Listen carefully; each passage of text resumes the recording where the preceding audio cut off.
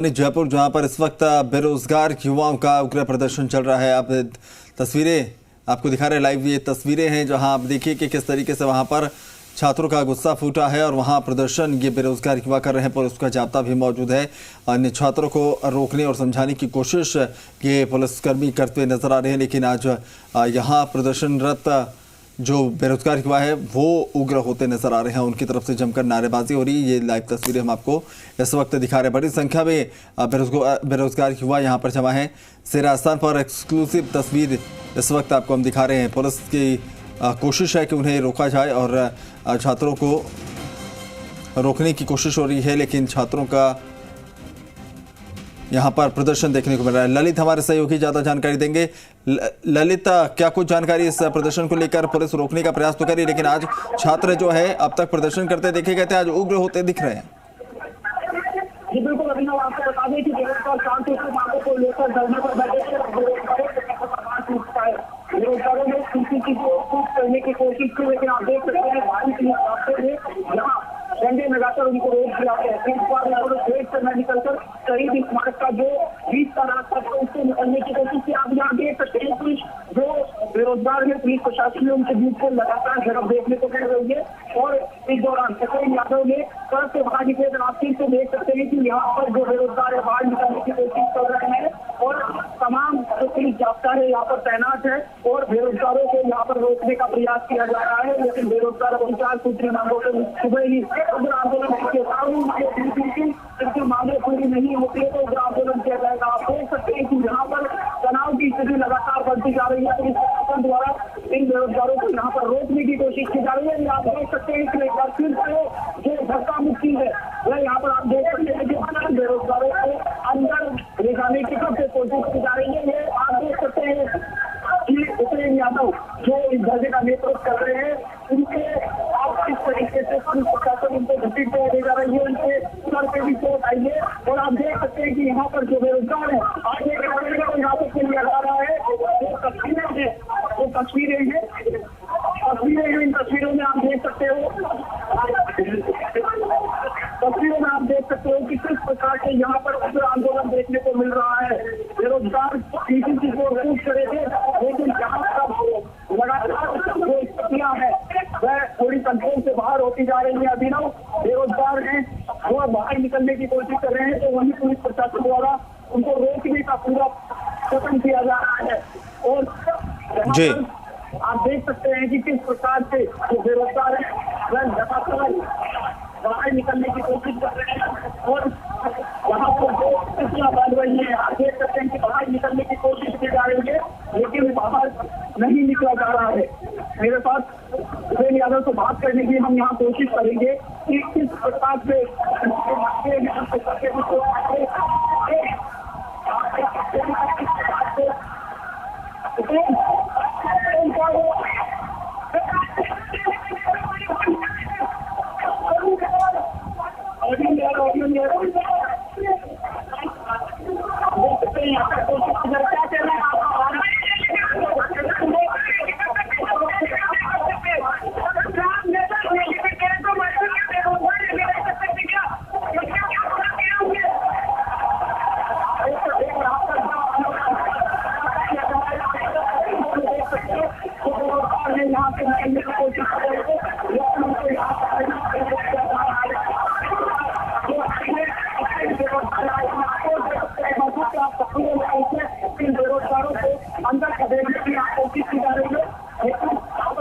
कोशिश की जा रही है, लेकिन यहाँ पर जो भारी पुलिस जाब्ता तैनात है उसके द्वारा किसी को भी आगे नहीं बढ़ने दिया जा रहा है। मेरे साथ उपेंद्र मौजूद है, उपेंद्र से बात करेंगे। उपेंद्र, ये हमारे साथ लाठीचार्ज किया है। कांग्रेस के लोग रैली निकाल सकते हैं। अरे सुनो, लेकिन समझौते की मांगे पूरी नहीं है। लखनऊ समझौते की मांगे पूरी नहीं है। 23 तारीख का आंदोलन की मांगे पूरी नहीं है। और जो प्रमुख 4 मांग कल की थी, जूनियर अकाउंटेंट, टेक्निकल पंचायत राज चेयर पर थी, टेक्निकल पद बढ़ा दी, तमाम मांगों के लिए आए थे। लेकिन आज हमारे बेरोजगारों को पीटा इन लोगों ने। कांग्रेस के कार्यकर्ताओं ने इन्होंने कांग्रेस कार्यकर्ता रैली निकाल सकते हैं। आज हमें पुलिस वालों ने मारा है या हमारा मारपीट की है। पुलिस वालों ने हम रैली क्यों उठाया? जब कांग्रेस वाले रैली निकाल सकते हैं, बीजेपी वाले निकाल सकते हैं, बेरोजगार क्यों नहीं निकाल सकता? इनके बाप की बाप होती है। सारे देश में हमारा राज है, सरकार बनती है और राज हमारी नहीं सुन रही है। निकम्मी सरकार, नालायक। बिल्कुल, आप यहाँ देख सकते हैं कि जो बेरोजगार हैं लगातार बाहर निकलने की कोशिश कर रहे हैं और भी बेरोजगारों से हम यहाँ बात करने की कोशिश करेंगे कि वो किन मांगों को लेकर यहाँ पर एकत्रित हैं। किस मांग को लेकर आप आए? हमारी टेक्निकल हेल्पर की भर्तियां थी जिनको 2019 में घोषणा की थी, उनमें 1512 पे घोषणा की थी। हमें 1500 पद पर निकाल कर उन्होंने हमें डेमा दे दिया, एक तरह का आश्वासन देकर हमें घोटाला कर दिया। लैब टेक्नीशियन रेडियोग्राफर की विज्ञप्ति जारी करो। आज इतने दिन से पागल बना रहे हैं रेडियोग्राफर, लैब टेक्नीशियन की जल्दी से जल्दी विज्ञप्ति जारी होनी चाहिए। वो तो बच्चों अपनी सरकार में बजट क्यों रखेंगे? 6000 पदों के लिए देख सकते हैं यहाँ तस्वीरों में किस प्रकार से ये बेरोजगार हैं जो बाहर निकलने की यहाँ कोशिश कर रहे थे। कुछ बेरोजगार बाहर निकलने में कामयाब भी हो गए थे, लेकिन एक बार फिर से उनको शहीद स्मारक के अंदर कर दिया गया है। इसके साथ ही आपको बता दें कि पुलिस प्रशासन, आप देख सकते हैं, भारी पुलिस जाब्ता यहाँ पर तैनात है और बेरोजगारों को किसी भी तरह से यहाँ पर बाहर निकलने नहीं दिया जा रहा है। उपेंद्र यादव को यहाँ पर सर पे चोट पे भी आई है। आप देख सकते हैं कि एक बार फिर बाहर निकलने की कोशिश के लिए आगे बढ़ रहे हैं, लेकिन यहाँ पर जो स्थितियाँ बन रही हैं, आप देख सकते हैं कि महिला पुलिसकर्मी भी यहाँ पर लगातार तैनात है कि किसी भी प्रकार से जो बेरोजगार हैं वह बाहर न निकले। आप देख सकते हैं सुमित किस प्रकार से बेरोजगार, क्योंकि कल इनकी सीएमओ में वार्ता हुई थी, लेकिन ये वार्ता विफल रहने के बाद इन बेरोजगारों ने यहाँ पर जो उग्र आंदोलन का फैसला लिया, क्योंकि इनकी 4 सूत्री मांगे हैं। टेक्निकल हेल्पर की जो भर्ती है वो 6000 पदों पर निकालने की, इसके साथ ही पंचायती राज जो की भर्ती है उसकी विज्ञप्ति निकालने, साथ ही जूनियर अकाउंटेंट की जो परीक्षा है उस परीक्षा को सितंबर में ही आयोजित करवाने, इसके साथ ही बाहरी राज्यों का जो कोटा है उसका निर्धारण करने की मांग को लेकर ये आंदोलन यहाँ पर किया जा रहा है। और आप देख सकते हैं कि जो बेरोजगार हैं उन्होंने जो उग्र रास्ता है वह अपनाया है। उन्होंने सुबह ही चेतावनी दे दी थी कि बेरोजगार किसी भी रूप में मानने वाले नहीं हैं। और जो आप यहाँ पर तस्वीरों में देख सकते हैं कि अब जो पुलिस प्रशासन है उन्होंने उनको यहीं पर रोक लिया है। और तस्वीरों में आप देख सकते हैं कि बड़ी संख्या में यहाँ पर 2 दिन से जो बेरोजगार हैं वह डटे हुए हैं। और इसी प्रकार जो बेरोजगार हैं उनसे साफ तौर पर बेरोजगारों का ये कहना है कि जब उन्होंने बाहर निकलने की कोशिश की तो उनके ऊपर बल प्रयोग किया गया। राजनेता हो या विपक्षी पार्टियां हो या सत्ता पक्ष हो, वह रैलियां निकाल सकता है, आंदोलन कर सकता है, दिल्ली तक रैलियों के लिए जा सकता है, लेकिन प्रदेश का बेरोजगार अपनी मांगों को लेकर आंदोलन नहीं कर सकता है। ऐसे में लगातार जो बेरोजगारों की मांग है उसको लेकर ये जो आंदोलन किया जा रहा था उसने आखिरकार उग्र रूप धारण कर लिया है। पुलिस प्रशासन द्वारा यहाँ समझाइश की कोशिश की जा रही है, लेकिन यहाँ पर जो समझाइश है वो होती हुई नज़र नहीं आ रही है। अचानक ही इन्होंने उग्र आंदोलन का फैसला लिया था, ये बैठे थे और जो बेरोजगार थे उन्होंने बाहर जाने की कोशिश की। आप देख सकते हैं तस्वीरों में, हालांकि अब थोड़ी सी स्थिति नियंत्रण में नज़र आ रही है। बेरोजगार हैं वह अंदर ही रुक गए हैं, लेकिन जो पहले जो स्थिति बनी थी उस स्थिति के आधार पर कहा जा सकता है कि बेरोजगारों का जो ललित, आपसे समझना चाहेंगे, ये जो शहीद स्मारक के भीतर ये बेरोजगारों की बड़ी संख्या नजर आ रही थी, आज तय कार्यक्रम क्या कुछ था? यहां से निकलकर कहां जाने का कार्यक्रम था जिसको लेकर उन्हें रोका जा रहा है? जी बिल्कुल, ये लोग पीसीसी की ओर जाने की कोशिश कर रहे थे, क्योंकि पीसीसी में जन सुनवाई चल रही है और जन सुनवाई में अपनी बात रखना चाहते थे। लेकिन बेरोजगारों का ये कहना था कि सिर्फ 1 या 2 लोग पीसीसी में अपनी बात नहीं रखेंगे, जो बड़ी संख्या में जितने भी बेरोजगार हैं वह यहाँ पर पहुँचेंगे। ऐसे में आप देख सकते हैं कि अब जो बेरोजगार हैं वह शहीद स्मारक के अंदर ही यहाँ पर एकत्रित हो गए हैं और यहीं पर बैठ गए।